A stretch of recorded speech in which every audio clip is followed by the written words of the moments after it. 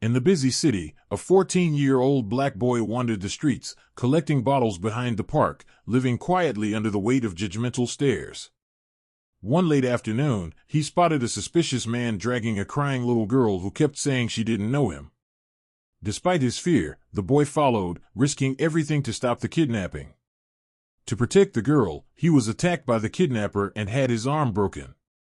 It seemed like everything was about to end until police sirens blared, and his life changed forever. Before we dive into this story, let us know where you're watching from. We love to hear your thoughts. The sun was melting behind the rooftops, staining the clouds orange and purple as the city exhaled the heat of the day.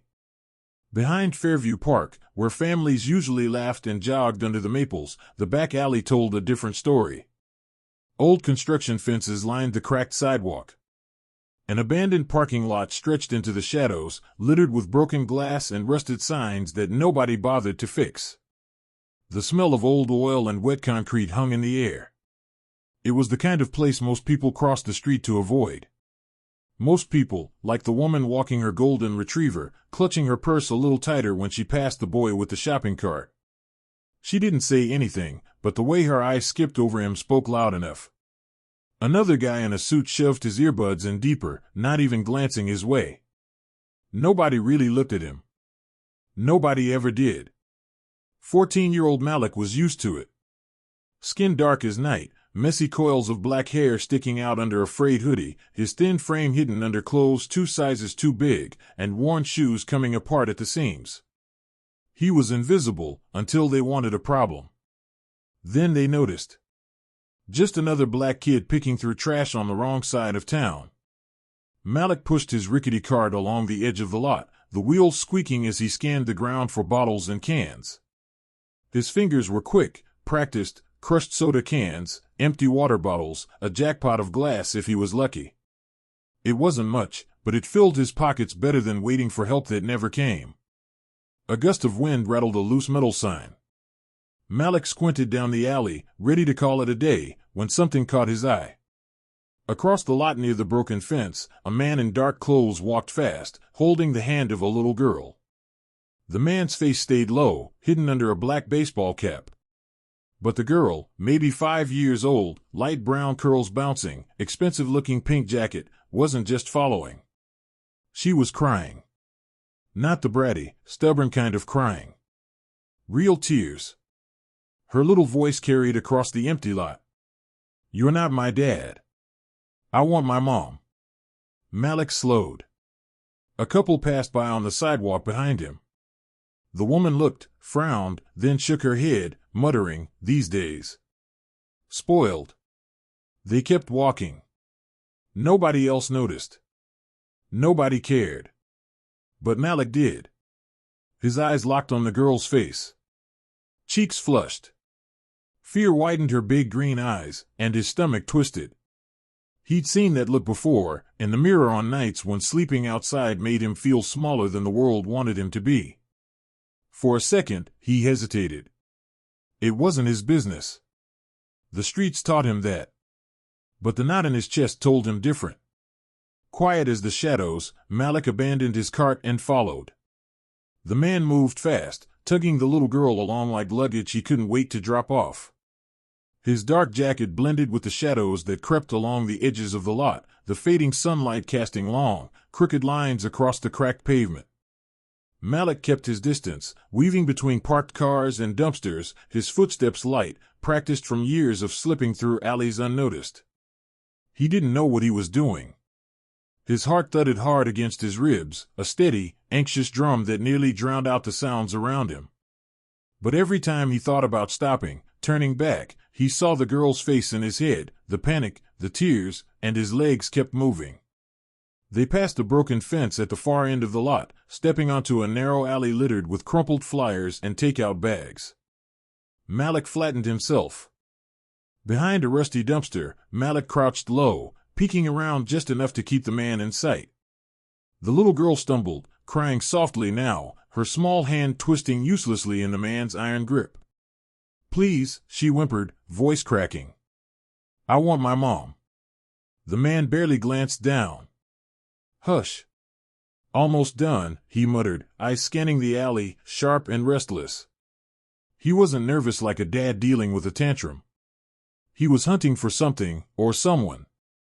Malik's chest tightened. This wasn't right. This wasn't some family drama playing out in public. This was worse.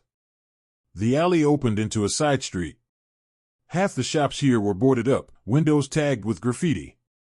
At the corner sat an old parking lot, partly fenced off for construction. An orange plastic mesh flapped weakly in the breeze. Parked near the shadows was a gray van, beat up and filthy, rear doors slightly ajar like an open mouth waiting to swallow someone whole. Malik froze, his pulse spiking. He knew that van, not literally, but he'd seen enough of them in the news, and whispered stories on the street. Vans like that didn't show up to take kids to ice cream. The man dragged the girl closer, glancing around.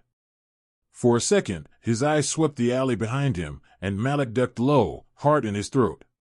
His knees scraped the pavement as he slid behind a stack of crates, holding his breath. The man didn't spot him. He fished keys from his pocket, eyes darting again, and yanked open the van's side door. The little girl's cries sharpened, desperate now. No, no, please. She kicked her small legs, but it was no use. Her shoes barely made a sound against the cracked asphalt. The man hoisted her with one arm like she weighed nothing.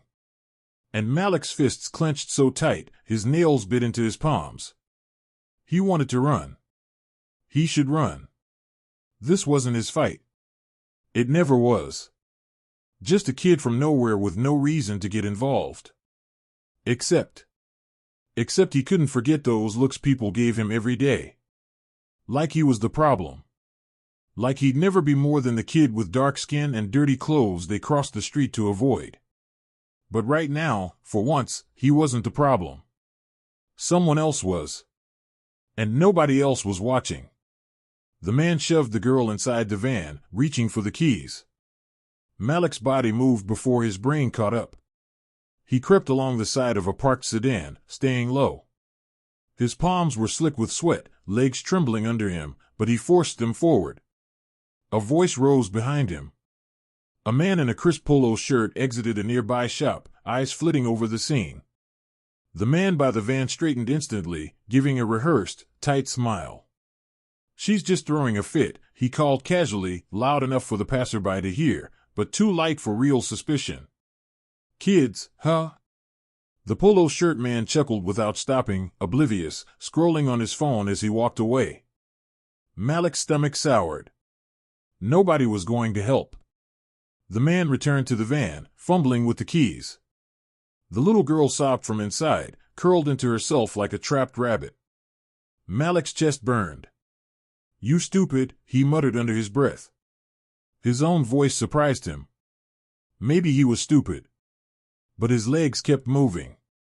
The van beeped as the man unlocked it. He turned, reaching to close the side door. That was the window.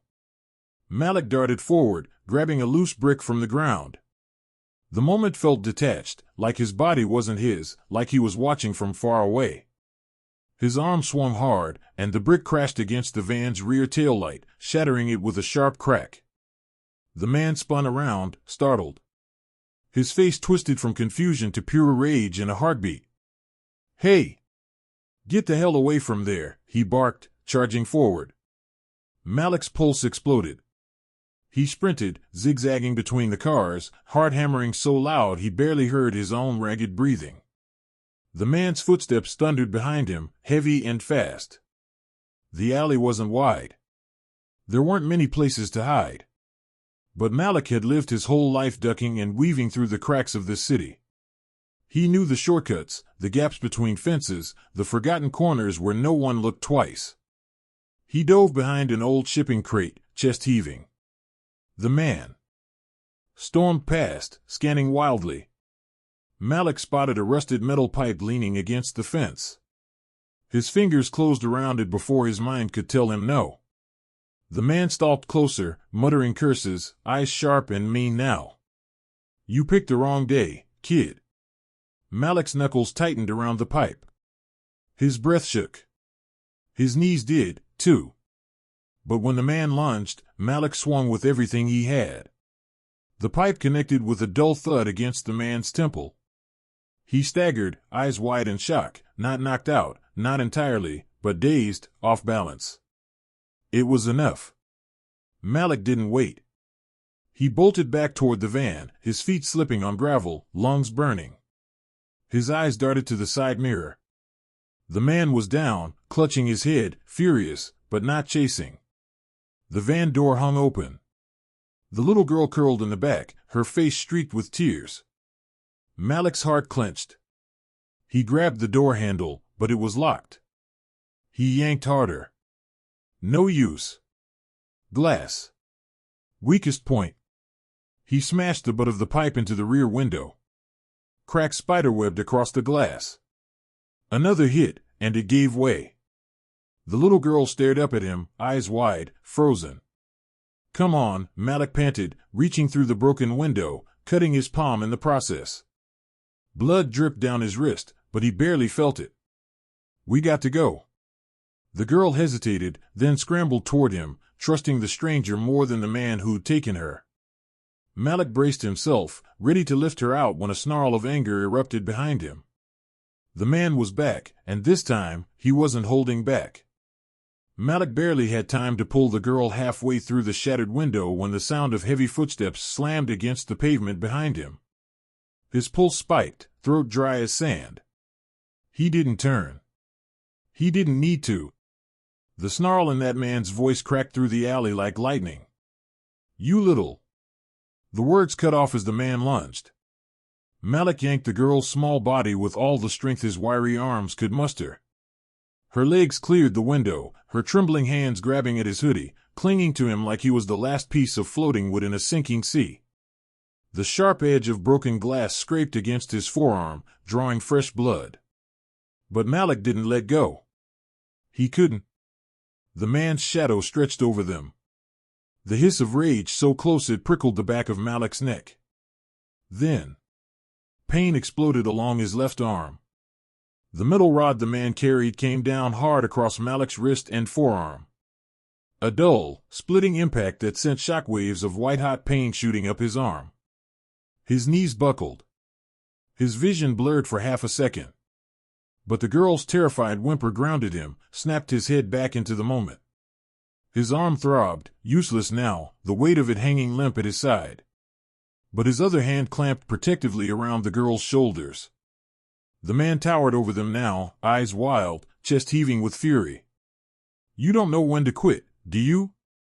His voice was low, shaking with the kind of anger that came from being challenged, from losing control. He raised the rod again.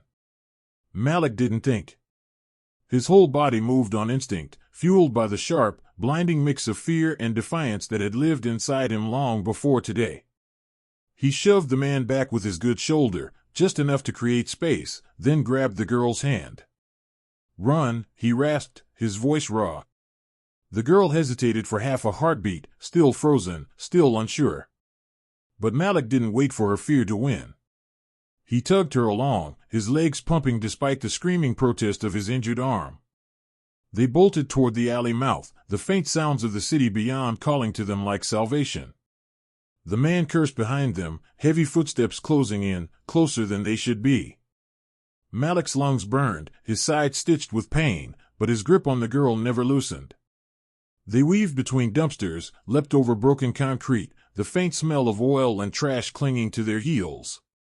The alley stretched endlessly, every exit blocked by fences or rusted gates. And for a terrifying moment, Malik thought they'd hit a dead end. But ahead, through a narrow break between two crumbling brick walls, light poured.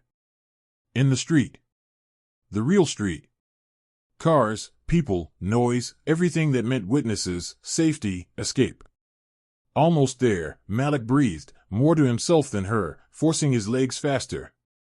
The girl tripped, nearly falling, but Malik caught her with his uninjured arm, hoisting her against him as they stumbled toward the opening. Behind them, the man's shouts grew louder, closer, his boots slamming against the asphalt like war drums.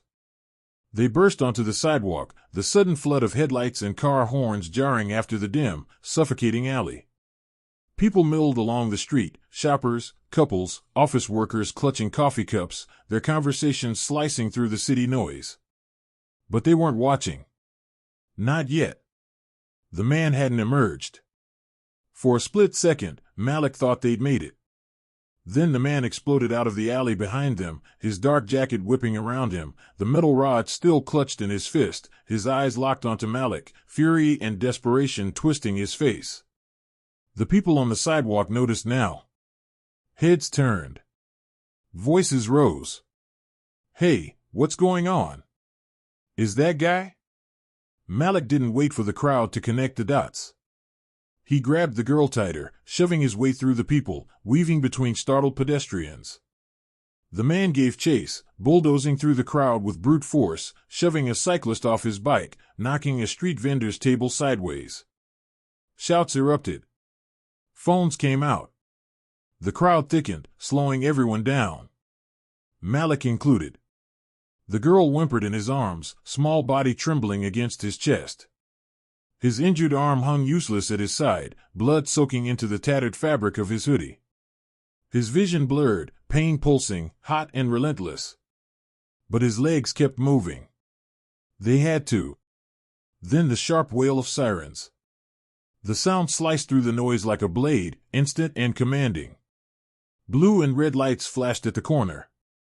Police cruisers screeched to a halt, doors flying open. The man froze mid-step, eyes darting to the cops, then back to Malik, calculation flickering behind the rage. But it was too late. Officers swarmed in. Shouts filled the air. "Get down! Step away from the children!" And the man, cornered and exposed, knew the game was over. His shoulders slumped, rod clattering to the sidewalk as officers tackled him to the ground. Malik's knees finally gave out. The world tilted sideways, pain roaring in his arm, his side, his head. He barely registered the people crowding around, the officers rushing to restrain the man, the girl's parents pushing through the chaos with panicked eyes. The last thing he saw before everything blurred was the little girl's face, streaked with tears, but safe. Alive. And then darkness. The smell of antiseptic drifted faintly through the air, sharp and clean, cutting through the lingering haze in Malik's head. Somewhere nearby, monitors beeped in steady rhythm, their soft mechanical sounds reminding him he was still here. Still breathing. His eyes fluttered open, lids heavy as if weighed down by sandbags. For a moment, all he saw was the ceiling, pale tiles, fluorescent lights buzzing faintly overhead. Then pain crept back in. Dull and throbbing along his left arm. Sharp stabs of it pulsing in rhythm with his heartbeat. His mouth was dry. His throat ached. "Hey, you're awake." The voice was small, trembling at the edges. It took a second for Malik to tilt his head toward the sound.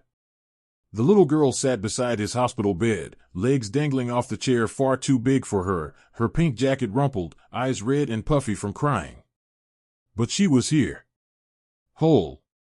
Safe. Malik's chest loosened just enough to breathe. "Where?" His voice cracked like sandpaper, weak and rough. He cleared his throat, wincing as the motion sent another ripple of pain through him. "Where are we?" "The hospital," the girl answered softly, twisting her small fingers together. "The police brought you here. They took the bad man away." "Bad man." The words floated, faint and strange, but the weight of the last hour, the alley, the van, the chase, snapped into focus all at once. Malik tensed, a sharp hiss escaping him as his injured arm reminded him exactly what happened. His forearm was wrapped in thick gauze and a rigid brace immobilizing it. The ache told him more than any doctor could. Cracked bone, maybe worse. He exhaled shakily, leaning his head back against the pillow. For a fleeting second, part of him wished he'd minded his own business. Maybe his arm wouldn't be broken. Maybe he'd be back behind the park, digging through trash for bottles, and visible as always. But then his eyes drifted to the little girl, her small, dirt-smudged face, the faint bruise on her wrist where the man had gripped her too tight, and that thought vanished as quickly as it came. "What's your name?" Malik asked, his voice softer now, scratchy but steady. Emma, she whispered, hugging her knees to her chest. Her eyes glimmered, wide and glassy. My name's Emma. Thank you for saving me. Malik didn't know what to say to that. No one had ever thanked him for anything. Not really. He nodded, throat too tight for words, and let the silence stretch between them. It wasn't uncomfortable. Not exactly, just new. The door creaked open, breaking the quiet. Two adults hurried inside, faces drawn tight with panic and relief. The woman rushed to Emma's side, scooping her up, pressing frantic kisses to her forehead.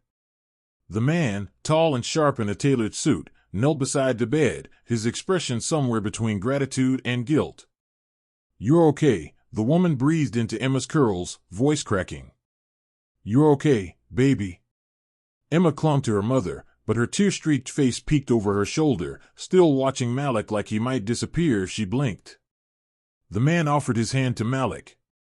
I'm her father, he said, voice uneven with emotion. We can't thank you enough. The police, they told us what you did. If it weren't for you. His hand hovered awkwardly in the air. Malik stared at it, unsure. People like this, crisp clothes, expensive watches, voices that carried weight, they didn't talk to kids like him. They crossed the street when they saw him coming. They told him to move along. But this time, they looked at him different. Malik reached out with his good hand, shaking the man's firmly. The gesture felt strange, foreign, but solid. The door opened again. Two uniformed officers stepped in, followed by a tall woman in plain clothes, a detective, judging by her serious eyes and the badge clipped to her belt. A nurse trailed behind them, clipboard in hand. Mr. and Mrs. Carter. The detective's tone was professional but gentle. We reviewed the security footage. Your daughter's story checks out. So does his. She glanced at Malik, offering a nod of respect that startled him more than the sirens had. The suspect's been identified. His vehicle was stolen. He's been following your family for weeks. We believe he intended to abduct your daughter for ransom. The woman, Mrs. Carter, gasped, clutching Emma tighter. The man's jaw clenched, eyes hardening as the weight of those words settled in. He had it all planned, the detective continued. But this young man, her gaze returned to Malik, he saw what no one else did. He acted when most adults wouldn't have. He bought us enough time to track your daughter down. The room spun slightly as Malik tried to process it all. The alley. The van. The stranger staring at him with something that looked dangerously close to respect. It didn't feel real. The officer closest to him stepped forward. You're a brave kid, he said simply, offering a small smile. The doctors say your arm's fractured, but you'll heal. You saved her life. Don't forget that. Malik swallowed hard, his throat tightening again, but not from pain this time. He nodded, unable to find the right words, his eyes dropping to the thin hospital blanket over him. We'll take care of everything, Mr. Carter added, his voice firm now, conviction settling over the gratitude. The hospital bills. Anything you need. His eyes softened. You've been living on the streets? Malik hesitated, the familiar wall rising instinctively, but the exhaustion, the pain, the way Emma's small fingers reached toward him from her mother's embrace. It cracked something open inside. He admitted quietly, mostly behind the park. The Carters exchanged a look, unspoken, but clear.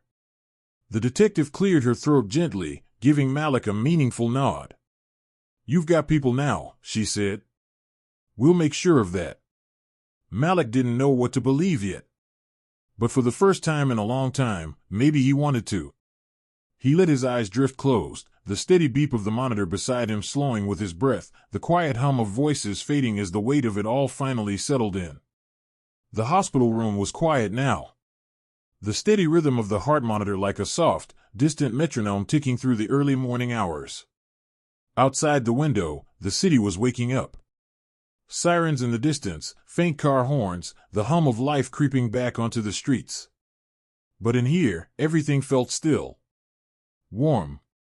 Safe in a way Malik wasn't used to. He shifted on the stiff bed, the bandages tight around his arm, but for the first time in a long time, he didn't care about the ache. A knock at the door broke the silence. It cracked open, and Mr. Carter stepped in, dressed sharp as ever, but this time there was no guarded expression, no distance in his eyes. Just something softer. Humble, even.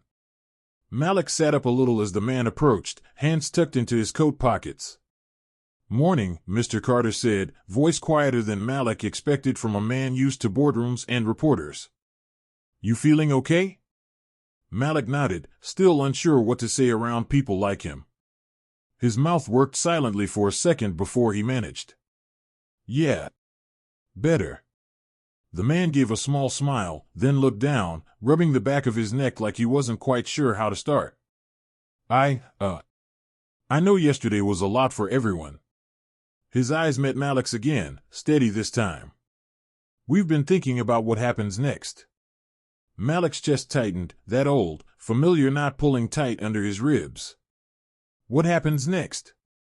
He'd heard that question before, from social workers, from cops, from people who looked at him like a stray dog they weren't sure what to do with. Usually next meant a shelter. A system. Another place that wasn't his. Mr. Carter must have seen it on his face because his next words were careful. Deliberate. We've talked to the police. To the city. Your social worker. He paused, as if weighing every word. We'd like to bring you home. Malik blinked, not trusting his ears. Home? His voice cracked, sharp and uncertain. Mr. Carter's jaw flexed, but he nodded, clearing his throat. Yeah. Our home. With us. He hesitated, then added, if you want. It's your choice. The door opened again before Malik could find air to breathe, and Mrs. Carter stepped inside with Emma perched on her hip, still wearing that rumpled pink jacket like a badge of survival. Her curls bounced as she wiggled down, running straight to Malik's bedside. You're coming with us, right? She asked, small voice brimming with fragile hope. Her green eyes, still rimmed red from tears, locked onto his, like she already knew the answer. Malik's mouth opened, but no sound came. His brain buzzed.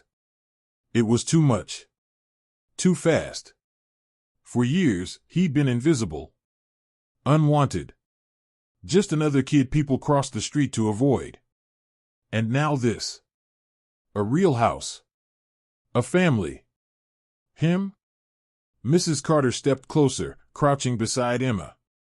Her eyes were softer now, but fierce underneath. You saved our daughter, she said gently. But I think you saved yourself too, Malik. Her voice caught, but she steadied it. We can't undo what you've been through. But we can make sure you never have to go through it alone again. The words landed heavy in his chest. His eyes dropped to the pale hospital blanket. His fingers curled into the fabric like it was the only real thing left. Part of him wanted to say no. Push them away before they could change their minds. Before it could hurt worse than it already did. But Emma's small hand slipped into his, warm and trusting, and the knot inside him loosened. He lifted his eyes to Mr. Carter. To Mrs. Carter. To the tiny, stubborn little girl clinging to his fingers like he was some kind of hero. And for once, maybe he believed it. Okay, Malik whispered, voice cracking. Yeah. I want to come. Relief washed over Mrs. Carter's face, her eyes brightening with unshed tears.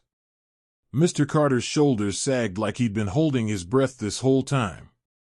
Emma beamed, climbing onto the bed and curling beside him like they'd always belonged in the same story. Later that day, the news broke. Articles. Headlines. Endless photos flooding the internet. Homeless teen saves billionaire's daughter from kidnapper. His name everywhere. His face plastered across screens, the rough hoodie, the bandaged arm, the wide, cautious eyes of a boy who never thought the world would look at him and see anything but trouble. But now, they saw something else. The Carters handled the cameras, the reporters, the noise. Malik stayed quiet, overwhelmed, but never once left their side. And when they finally drove him to the sprawling house with its high windows and warm lights, Emma curled against him in the back seat, he realized. It wasn't just their house anymore. It was his, too. For the first time, Malik looked up at the sky and didn't wonder how long before the streets swallowed him whole again. This time, the sky belonged to him,